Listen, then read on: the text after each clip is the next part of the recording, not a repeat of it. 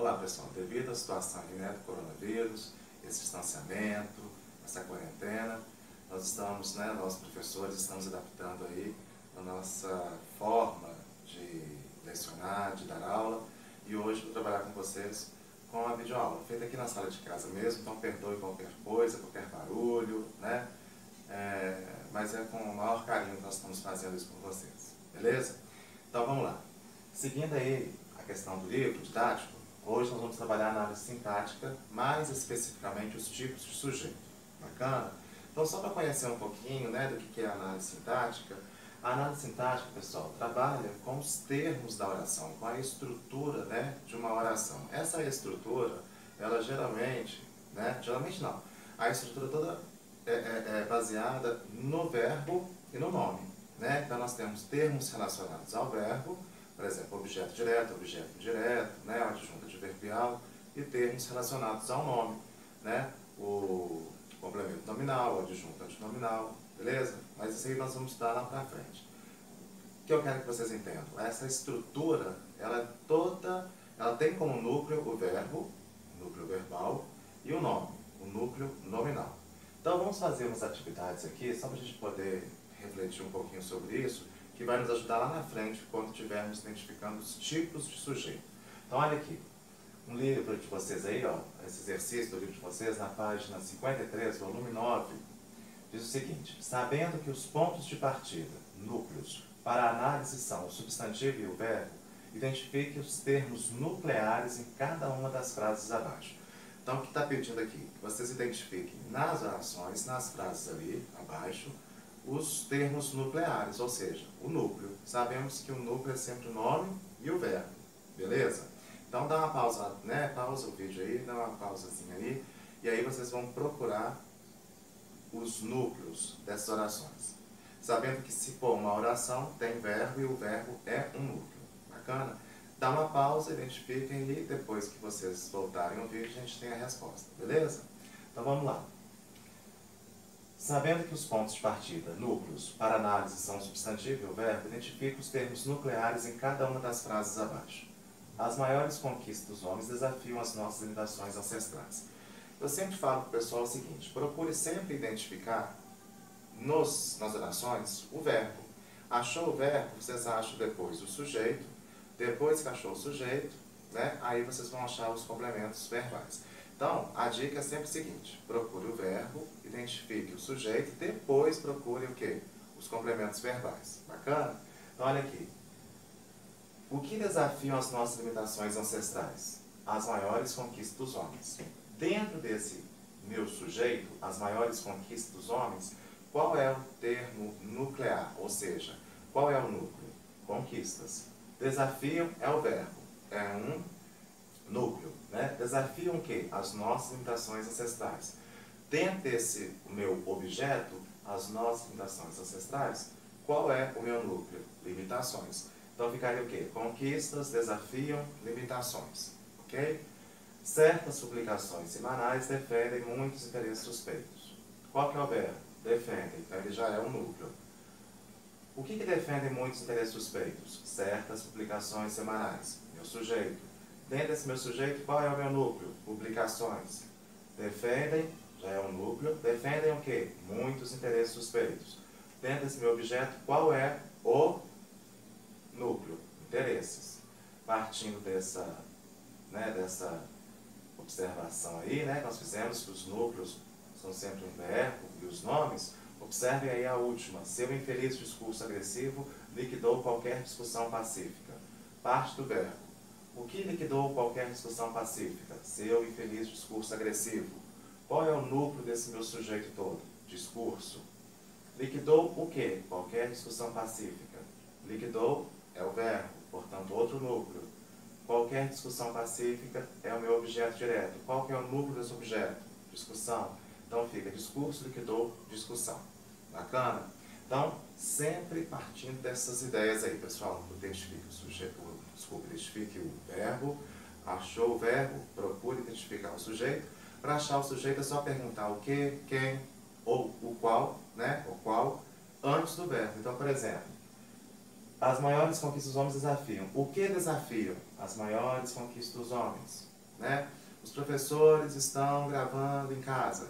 Quem estão gravando em casa? Os professores. Então, você sempre pergunta para achar o sujeito, pergunte para o verbo o que, quem ou qual, sempre antes do verbo. Bacana? Então, achou o verbo, achou o sujeito, depois procure os complementos. Vamos lá. Tipos de sujeito. Nós temos 5 tipos de sujeito: simples, composto, oculto, indeterminado e o sujeito inexistente, né? Nós vamos ver cada um deles aí, bem assim, rapidinho, porque está no conteúdo de vocês aí, né? No livro de vocês. E vocês já viram isso aí no decorrer dos anos nas escolas, né? Na escola. Mas aí é só para a gente relembrar mesmo, certo? Sujeito simples, então, pessoal, é aquele que possui apenas um núcleo, ou seja, dentro daquele todo meu sujeito ali que eu achei, apenas uma palavrinha é importante, é o termo nuclear, tá? Lembrando que esse termo nuclear pode ser ali, né, no caso do sujeito, geralmente é um substantivo, mas vamos ver. Paulo está de quarentena em casa. Quem está de quarentena em casa? Paulo. Eu tenho um núcleo só. As escolas de todo o país estão fechadas. Aí eu pergunto para o verbo, o que estão fechadas? As escolas de todo o país. Qual é o núcleo desse meu sujeito? Escolas. Os professores brasileiros adaptaram-se a uma nova maneira de lecionar. Quem adaptaram-se, né? Na verdade, quem se adaptaram a uma nova maneira de lecionar? Os professores brasileiros. Ok? Qual é o núcleo? Professores. Então, só tem um núcleo só, meu sujeito é um sujeito simples. Estão percebendo, né, que todos os meus exemplos aqui estão baseados nesse Covid, nessa quarentena, né? Estão baseados aí nessa questão do coronavírus. E se não perder a oportunidade nunca, né, gente? Vamos lá. Sujeito composto. O que é um sujeito composto? Eu tenho 2 ou mais núcleos. Então, olha aqui. Pais, professores e alunos esforçam-se para que a educação não pare. Aí eu pergunto, quem se esforçam para que a educação não pare? Pais, professores e alunos. Percebam que eu tenho 3 núcleos importantes. Tenho 2 ou mais núcleos, eu tenho um sujeito que? Composto. Especialistas e cientistas buscam incansavelmente a cura para a nova doença.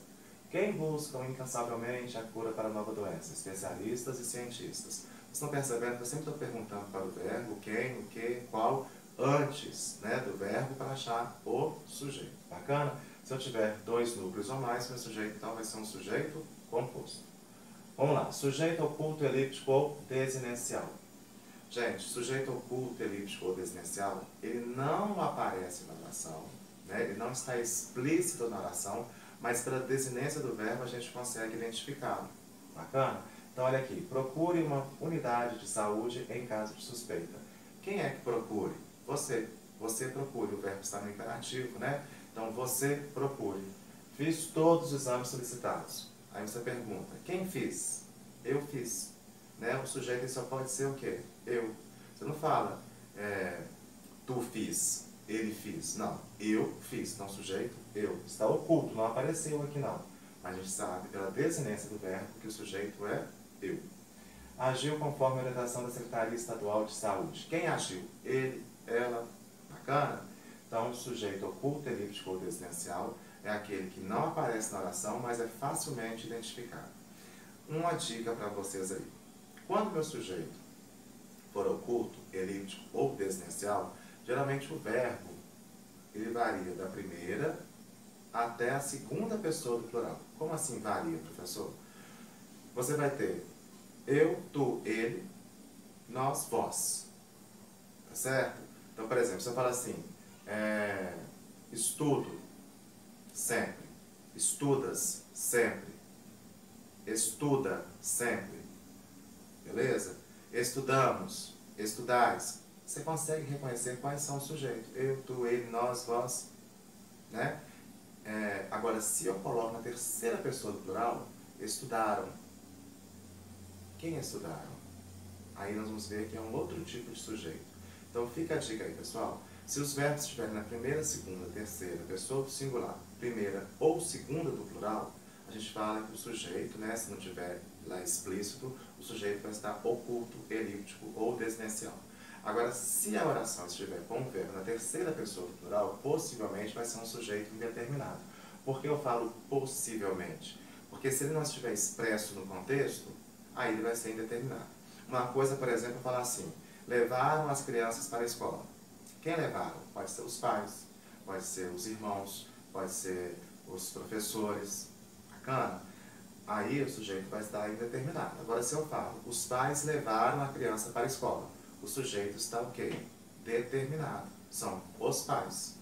Bacana? Então, percebam o seguinte, não é porque meu verbo está na terceira pessoa do plural que eu vou sair classificando igual um doido como sujeito indeterminado, não.